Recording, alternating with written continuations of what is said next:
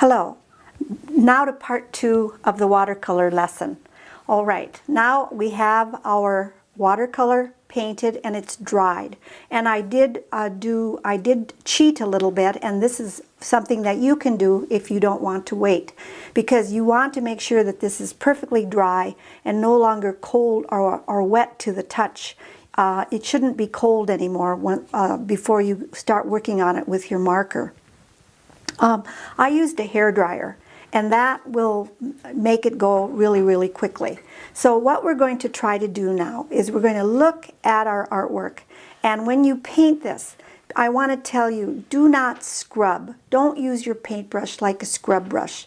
Use a light hand. Paint with the tip of the brush and paint as fast as you can.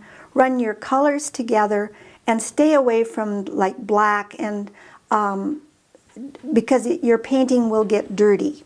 Now, I've got my work here now, so I'm going to show you now what I'm going to try to do with this. So these are what I call accidental paintings, because this one was started exactly the same way as the one that you're going to do. This one is just, I put down blobs of color, and then I looked at the painting and I outlined every little blob. If it was a light blob or a dark blob, I just went in and just outlined it. And I kept doing this, and all of a sudden I turned up, to me it looks like a rose. So that is one of the accidental paintings that I did. Here's another one. This is exactly the same way. I started the same way. I just laid down watercolor as fast as I could, dark at the bottom, going lighter, lighter, lighter to the top, and then dark again at the top. And that's all I had in mind, and painted as fast as I could. And I mixed green and red together here. And there's a little green and red together there too. You really want to work at keeping your colors as clean as you can. So you don't want to mix them too much. Okay, here is another one. Probably this looks like there's fire over here in water, and I knew that when you use diagonals give you a really good feeling of movement, so I just deliberately painted in these diagonal kinds of things, kind of radiating out. Okay, so now I have this painting. I don't know what's going to happen to it, because it too is an accidental. It's just going to be an accident. So I've got my black Sharpie here, and what I'm going to do is I'm just going to start by outlining the color. If there's colors that change, like here's kind of a violet, I'm going to outline it. Here there's a little blue spot, so I'm just going to let that suggest some colors to me.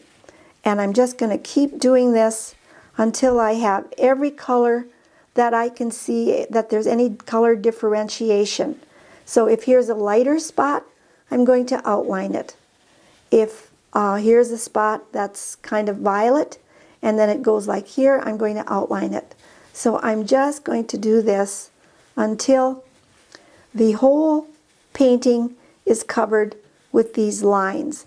Now, I don't know what's going to happen, because that I have to just kind of go on faith. I just have to let it happen, and that's the fun part, because you want to learn to let art happen. You don't want to have to control every little bit. Here you'll see that there's a little speck of white. In watercolor, those white specks are perfectly acceptable. In oil painting or in acrylic, you don't want to have white specks. But in watercolor, it's perfectly acceptable, because what it does is it makes your painting sparkle. So I'm just going to continue doing this and looking at, just trying to find the blobs of color, and just continue until I have the whole painting covered. Now, it might take a while. This might take some time until I get it done, because I'm not going to be able to do this in like 5 minutes or whatever. But I want you to have the idea, and what I will do when I'm done with this, I will put a picture of this as a still photograph on the Moodle site. so that you can see what it looks like when I am finished. Okay, so what I want you to do, I want you to take a sheet of paper from your multimedia pack. I want you to experiment with your watercolors. I want you to work toward an accidental painting using the techniques that I have shown you. And if you have to practice a time or two, by all means, that's all right. If you have to use a piece of scratch paper to start, that's all right. But just keep working, just practice a little bit. And then when you're painting with watercolor, keep a light touch, keep a lot of water, keep your colors clean. Don't mix them too much in the pan, and try to let them run together by picking up your painting when you have the paint on your palette paper. So with that, I wish you luck. And this is your Romanticism watercolor project. Now, one other thing before I stop. These watercolor techniques that you have learned for this project, you will use these again for another project, or for other projects. So please don't forget them, or review these a few times, and it should work for you. Thank you so much for your attention.